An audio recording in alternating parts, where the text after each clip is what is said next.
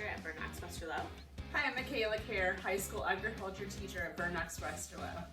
And today we have a mystery that we need your help in solving. How do we turn this into this? All right, you guys have to help us solve this mystery.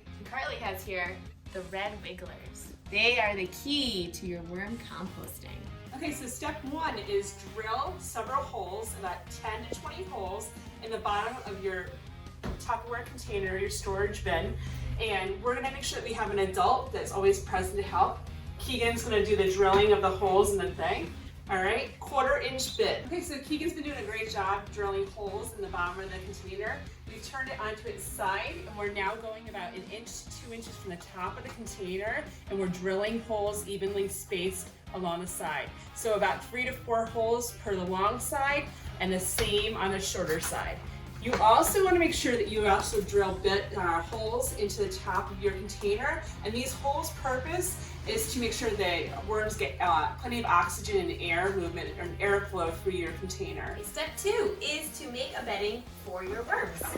So in your bin, go ahead and take your shredded newspaper. Kyla is shredding some for us right now. And you're going to moisten that shredded newspaper. Nice job. You want it wet, but not sopping wet. Something else you can add in there that worms love is some natural leaf litter. Something for them to digest. And just a little handful of dirt from the outside as a bit of grit to help them digest as well.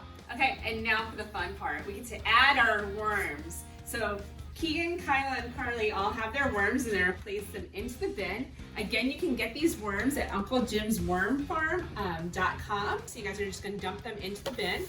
They'll start to go to town with making up their new home. These guys will actually multiply. In 3 months or so, you'll actually have the opportunity to divide your worms up.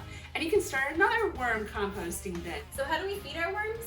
Do you remember in the beginning when we asked you about how an apple turns into compost? Well, this is how. Our worms need food. So what we're going to do is we are going to take food scraps, apple cores, any of these good food scraps, not the bad ones, and we're going to put them in a container and put them in the freezer. We don't want fruit flies. We also wanted to take a moment and show you what an established worm bin looks like.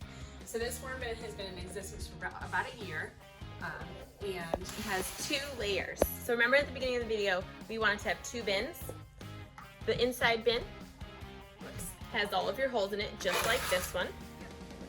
While the outside one is actually solid and there are no holes. The idea is that if there are any excess moisture, we call this compost tea or worm tea. It will drain through to the bottom bin, and in the bottom bin, we actually have the opportunity to collect that compost tea, and we can use that in the future for fertilizer.